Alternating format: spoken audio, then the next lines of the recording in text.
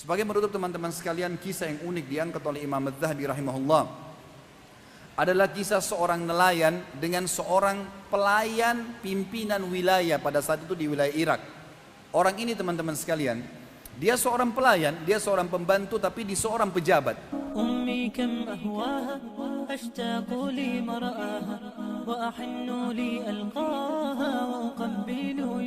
Kemudian dia lewat di pinggir pantai, dia temukan ada seorang nelayan sedang mengambil ikan, menangkap ikan yang bagus, besar. Karena dia seorang pelayan tapi di tokoh masyarakat, dia anggap dirinya punya kedudukan, dia lihat ikan tersebut lalu dia minta secara paksa, bukan dibeli. Dia bilang, berikan ikan itu kepada saya. Kata si nelayan, saya nggak bisa berikan, ikan ini saya ingin jual karena saya butuh untuk memberikan makan keluarga saya pada hari ini. Tapi dia rupanya memukul si nelayan dengan cara keras, kemudian mengambil ikan itu secara paksa. Dibawalah ikan tersebut, dia menceritakan dirinya dalam kisah ini. Pada saat dia bilang saya membawa ikan tersebut, ikan ini tadinya terlihat sudah tergeletak seakan-akan mati. Waktu saya memegangnya saya mengira ikan itu mati. Ternyata ikan itu waktu saya memegang di dekat mulutnya menggigit jari saya.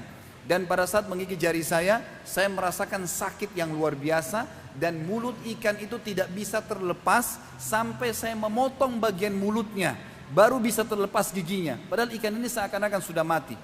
Kemudian saya pun membawanya ke rumah dan saya tetap menikmati dagingnya yang haram tadi. Keesokan pagi, semalam suntuk, pada malam hari saya nggak bisa tidur. Dia mengatakan kemudian keesokan paginya saya mencari seorang tabib. Lalu tabib ini menemukan ternyata ada bakteri yang sedang menimpa atau mengena tangan saya yang dikenal dengan gargarin atau penyakit yang tidak bisa kecuali harus dipotong. Maka diperintahkan oleh tabib untuk memotong jarinya. Kalau tidak, maka akan menyebar penyakit itu ke seluruh tubuhnya. Maka dia pun memotong jarinya satu. Ternyata sakitnya masih dirasakan. Akhirnya dipotong ke seluruh jarinya 5-5. Masih dirasakan sakit juga.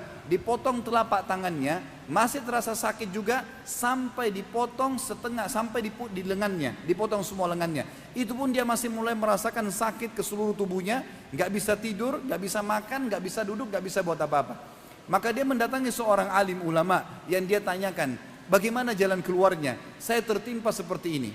Kata dia, apakah kamu tahu penyebab perbuatanmu? Apa yang membuat ini dalam hati kamu? Apa yang sedang tersirat di dalam hatimu? Dia mengatakan, saya diceritakanlah setelah menzalimi seorang nelayan mengambil ikannya yang saya anggap bagus, lalu ikan itu mulai menggigit jari saya. Semenjak itu saya merasakan sakit dan seluruh tubuh saya dipotong, dia sampai tangan lengannya. Maka orang alim ini mengatakan, pergilah kepada nelayan tersebut, cari dan minta kehalalannya. Maka dikejarlah, dia cari seluruh penjuru kota dikeliling, tidak ditemukan sampai 1 minggu. Setelah sepekan dia cari, ditemukan orang tersebut lagi di pinggir jalan menjual ikan. Maka dia tiba-tiba datang tersungkur di kakinya dan mengatakan, Tuan, maafkan saya.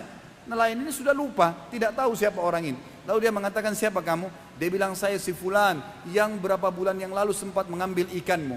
Maka saya minta kehalalannya. Kata nelayan tersebut, memang kenapa? Dia bilang, ikan itu pada saat saya bawa pulang diceritakan menggigit tangan saya padahal sudah kelihatan mati. Dan akhirnya tubuh saya dipotong, sampai sekarang lengan saya dipotong. Dan sisa tubuh saya terasa sakit semuanya. Halalkanlah. Maka nelayan tersebut menangis karena hatinya lunak, mengatakan, saya sudah memaafkanmu. Kata orang ini, begitu dia mengucapkan saya memaafkanmu, tiba-tiba seluruh sakitnya hilang. Bahkan kata orang-orang yang ada di sekitarnya, andai saja pertama kau digigit ikan nelayan tersebut, kau kembali kepadanya dan mengembalikan ikan tersebut, maka anggota tubuhmu tidak akan dipotong.